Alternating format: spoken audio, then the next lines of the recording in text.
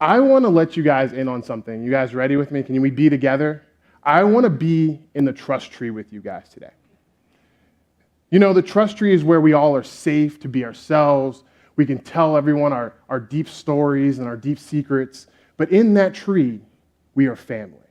Do you guys want to be in that tree with me today? Can we be little baby birds inside of the trust tree together? Family, all together. Anybody want to be in that tree? I need a verbal consent. Yes, thank you. We're all in the tree together. So inside the trust tree, I have one thing I want to ask you guys. Have you ever felt different? Like you didn't fit in, and no matter what you did, you will never, ever fit in. You were different, and people saw you as different, and always and forever, you will be different from them.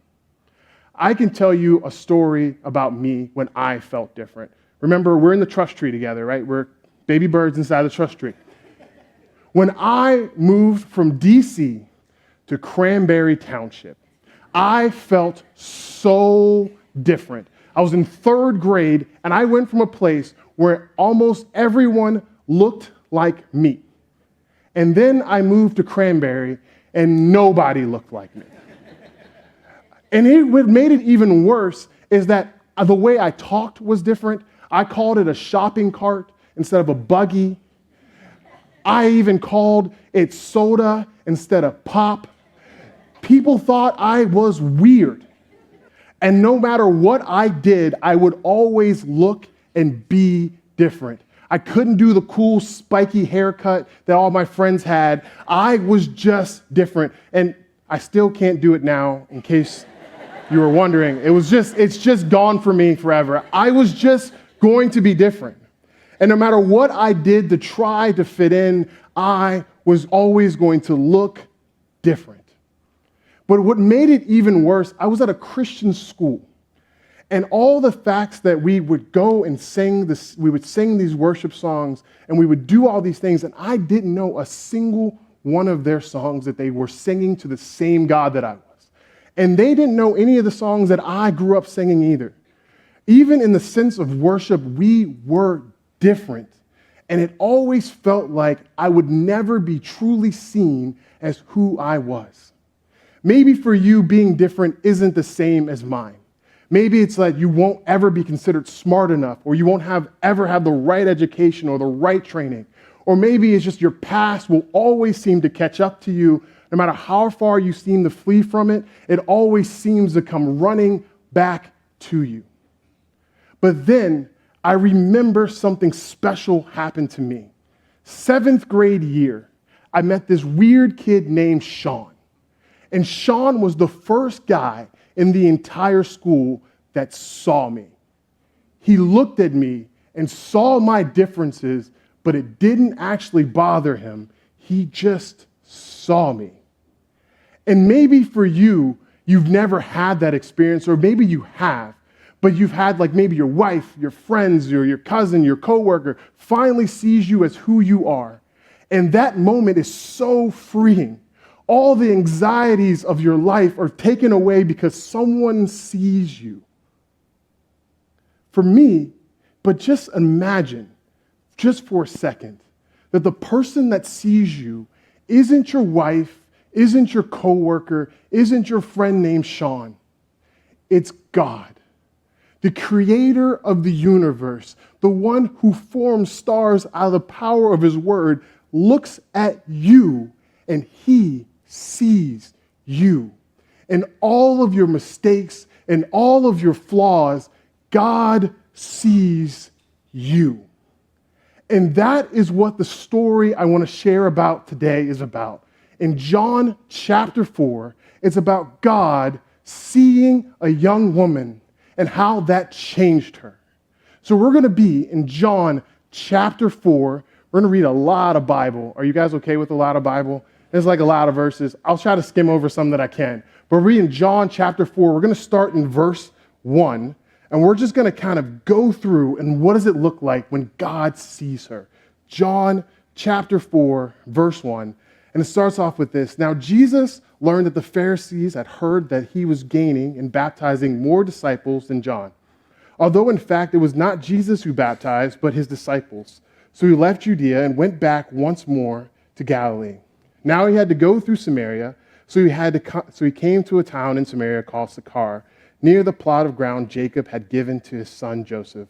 Jacob's well was there, and Jesus, tired as he was from the journey, sat down by the well, and it was about noon.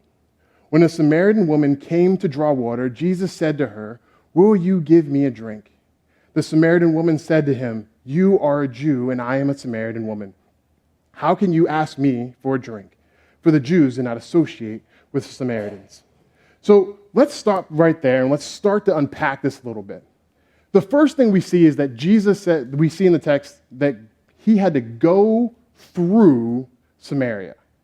See, Jesus is doing something really special here, and we don't understand it if we don't know why he had to go through Samaria. So can we look at a map real quick? So he is coming from Jerusalem, which is somewhere in Judea in the orange area, and he's going to Galilee. And as you can clearly see, Samaria is in the middle. So if you want to go from Judea to Galilee, you have to go through Samaria. But that's not how Jews acted during that time. They actually took another course. Can we get another map? They would go from Jerusalem and go across the Jordan River and then come all the way back around to go across the Jordan River again instead of going through Samaria. They never wanted to go to Samaria. Can I tell you why? You guys want to know why? Why? Because they legitimately hated the Samaritans. The Samaritans were descendants of the people that got to stay in Jerusalem in the area after they were taken into captivity, where everyone else was taken into captivity or killed. Those people married other people and they became something different. They viewed them as less than because they weren't pure Jews. It even got even worse. They viewed their worship as not being pure either. They see their worship of other gods. They said, you can't possibly be worshiping the same God we have because look at your bloodline. But also, they weren't completely wrong about their worship either. They saw their worship, and because the Samaritans did believe some interesting things. They only believed in the first 5 books of the Bible, of being the only part of the Bible they need to believe. They also believed that the place that they worshiped was way better than the place that the Jews worshiped. So even in the midst of all of that, they weren't completely wrong, but they hated them. They wanted nothing to do with the Samaritans to the point where they would rather go around the Jordan River twice than to have their step foot in Samaria, because for them, just stepping foot in there would make them unholy and unworthy and unclean because they hated them so much. And the feeling was mutual. So when we get to this place where Jesus said, I had to go through Samaria, we have to understand that Jesus, being fully a Jew, would have looked like a Jew, acted like a Jew, and would have followed all the Jewish customs. But yet we get here and he had to go through Samaria. But then we get to a place where, why did he have to do, what does he do next? He sits by a well and he rests. Just because he's tired. Like everyone else would have been during that time, he stops at a well to get something to drink. I think this is something fascinating again, because this is Jesus about to do something special, but he's doing it in the most ordinary place. He's doing the same thing he did way back with his birth. Jesus is changing the world through being born in a manger. Jesus is flying open the doors of salvation, saying that salvation is not just for the Jews, but it's also for everyone. And he's doing it by going to a well and waiting because he's tired. He's doing it in the ordinary. This is like us assuming that when we go to a grocery store right before closing to grab that eggs and grab some milk because we just need it for tomorrow morning, and expecting God to do something extraordinary. This is exactly what he's doing. He is showing up in the most ordinary places because we know that God cannot be contained he can't be controlled or contained whenever we expect him to be revealed. He reveals himself anywhere and everywhere. And we see that again by what time he does this at. He does this at noon. So I don't know if you know this. This is another background. Sorry again. This is something really cool's happening, that no one goes and gets water at noon. It's hot there. It's like a desert there. This woman is going out to get water at noon. This is unexpected because no one ever does something like that. If you want to go out at noon, that means you are expecting to see no one there because you're avoiding people because you don't want to be with them. Because usually when you got water, it was a social time. Everyone would go together, they would talk, they would chat, they would catch about the latest gossip, what's happening in the village. This is what people did when they got water, either at the morning or at night. But this woman goes and gets water at noon because she doesn't want to be seen by anyone. And she calls Jesus out immediately when he asks her for a drink. She says, "Why in the world you, a Jew, is talking to me?" Because she understands the cultural differences between the two of them. She looks at him from a mile away and can see that he is Jewish, he is different, he shouldn't be talking to her. And what makes it even crazier, he is talking to a woman. No one would talk to a woman during this time period. And he is not just talking to any woman. He's talking to a Samaritan woman. And what makes it even more insane, he is talking to a Samaritan woman that no one else that even was a Samaritan wanted to deal with. He was talking to the rejects of rejects, the outcast of outcasts. No one thought she was good enough, but this is the person who Jesus says, I have to go through in order to talk to you. This is what's happening here, all in small little sections of these verses.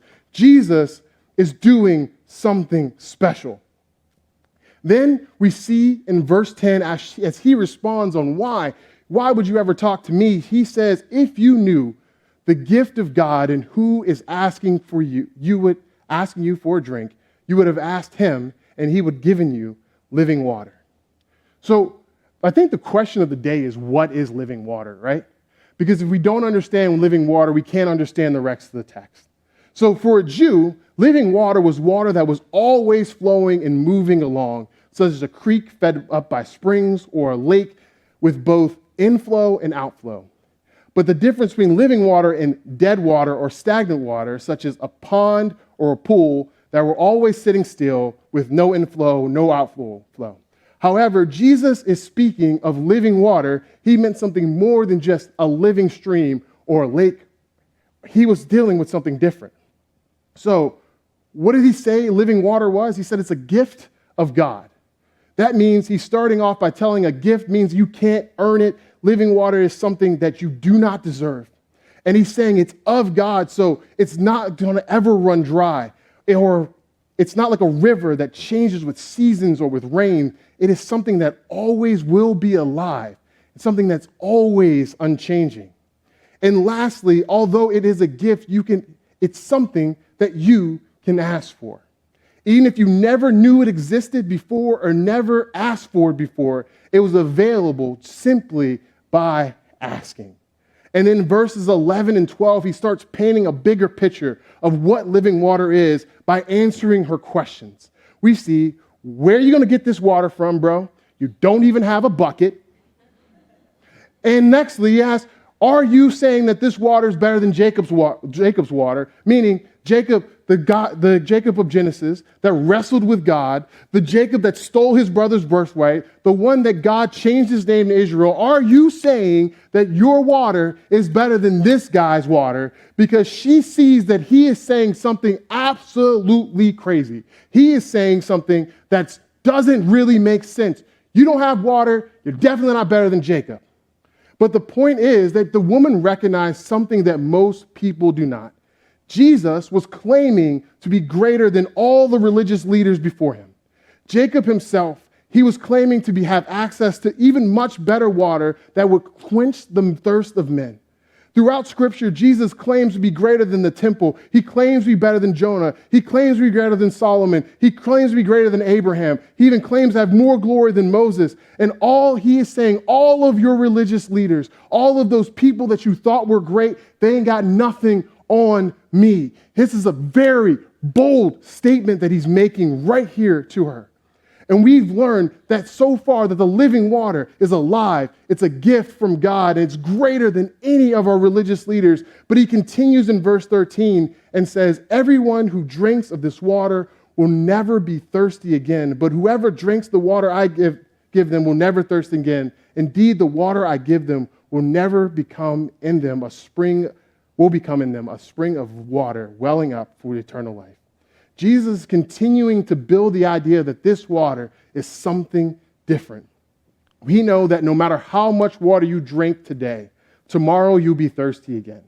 But Jesus is telling us that this thirst isn't just a physical thirst, it's a spiritual thirst. We all are thirsty for something more.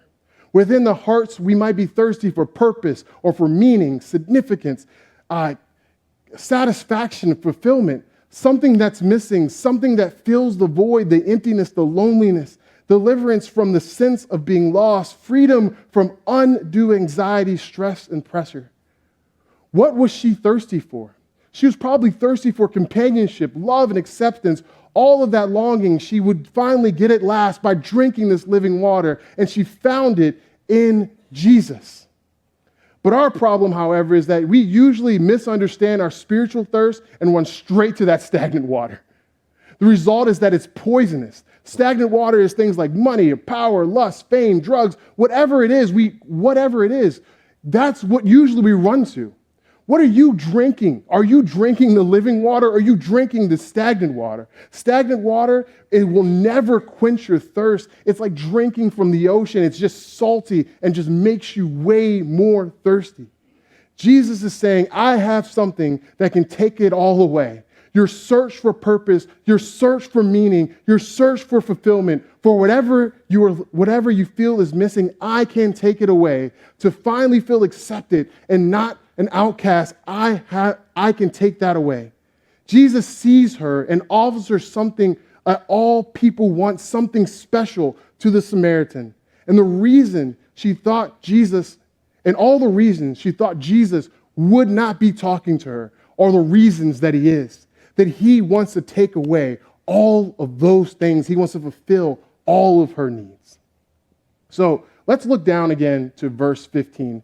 The woman said to him in verse 15, "Sir, give me that water so I won't get thirsty and I don't have to come and draw water." He told her, "Go get your husband and come back." In verse 17, "I have no husband," she replied. Jesus said to her, "You are right when you said you have no husband. The fact is, you have had 5 husbands, and the man you are now have is not your husband. You have just said what is quite true." This part of the passage gets me every time. This is the whole conversation between the two of them climaxes here. And just like a surgeon, Jesus comes in and asks a simple question that lays out her deepest self. Have you ever experienced a moment like this, a moment where you feel like your sin is being exposed and what you thought was hidden is now out in the public? I can only imagine the pit that would well up in her stomach. Like, man, do I lie? I knew he would abandon me just like everyone else. Does he know? He has to know. I knew I didn't deserve that water. I knew I wasn't good enough. It always feels like a kind of a mean thing for Jesus to call her out right now. But I know I wouldn't like it. It feels like that moment of hope being shattered right in front of me. And there is my past catching up to me all over again, but yet that's not what Jesus is doing. Jesus is showing that he really sees her, that he really sees all of us, that no matter how big we think we've messed up, no matter how big our sin, the invitation to drink this living water is for her. It's for all of us. He knew her past before he made the invitation to drink, and her past didn't surprise him. But there was one thing she had to deal with before she drank from that water. She had to face her sin. But why? She had to deal with the weight of her sin. I think just like her and probably all of us, we tend to shrink our sin. We think it's not that big of a deal. Look at everyone else. That guy does this. That guy does that. I'm not that bad. Or maybe we even look at it and be like, at least I'm not doing blank here or blank there. At least I'm doing this small thing. We tend to shrink our sin.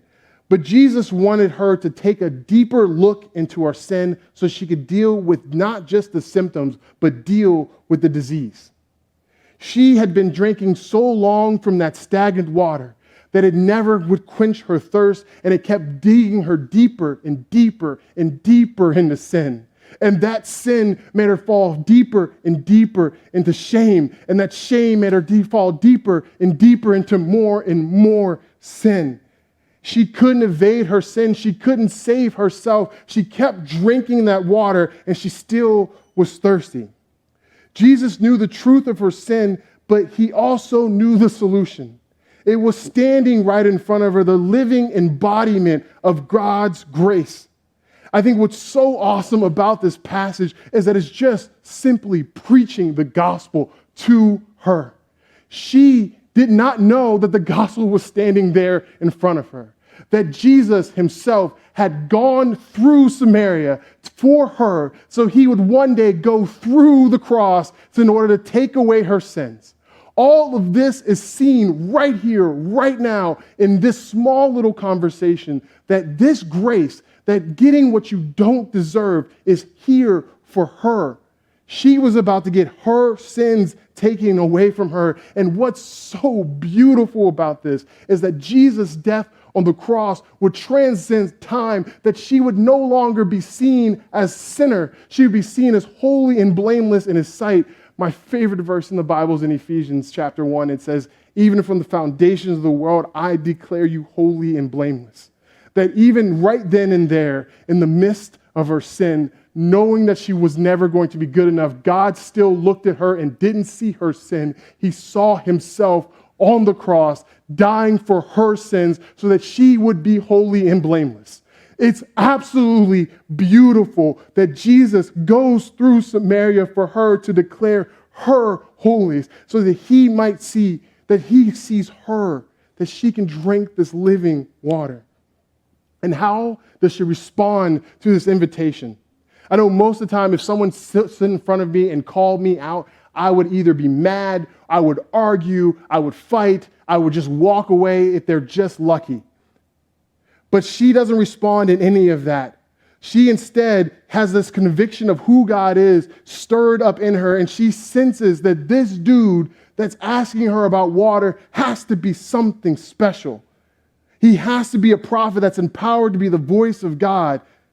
And she also senses that she has a sin problem that needs to be taken care of. And that sin problem means she needs to turn to God. But she doesn't know how to do it. She'd been drinking the stagnant water for so long, she didn't even know what she needed to do. So she asked this man she perceives as a prophet, and she says, what do I need to do? She knows her need for salvation, but the question is for her, where can I find God? Have you ever been in a place where you've tried to turn to God, but you didn't know where to start? You didn't know where to even to begin, and this is the place that she is in. And it begins, and the answer to her question is something simple. The worship God is found in spirit and in truth. I think this is something really interesting and something really cool because Jesus is just answering the same question he started at the beginning. He is saying that true worship is found in not a place, in not a people, it's found in him. It's found in one person to have true worship. It's meaning to turn to God. So spirit and in truth, knowing that God is a spirit that cannot be contained. And the truth of the matter is knowing who you are worshiping. Jesus was pointing out to the woman the same thing he pointed out to me, that true worship isn't in the style of worship. It isn't in the place where we worship. The true worship is focused on him, the person, not the place.